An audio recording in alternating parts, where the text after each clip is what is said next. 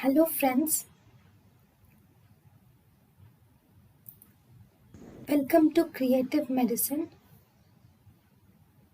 In this lecture, we will learn about visual hallucinations are seen in.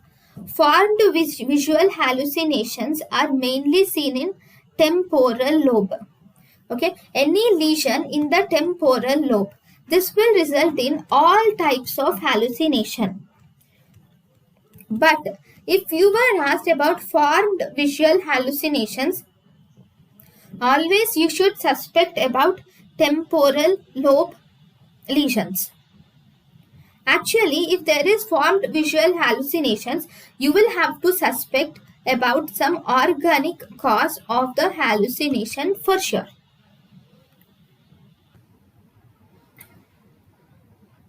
Thank you and thank you for watching.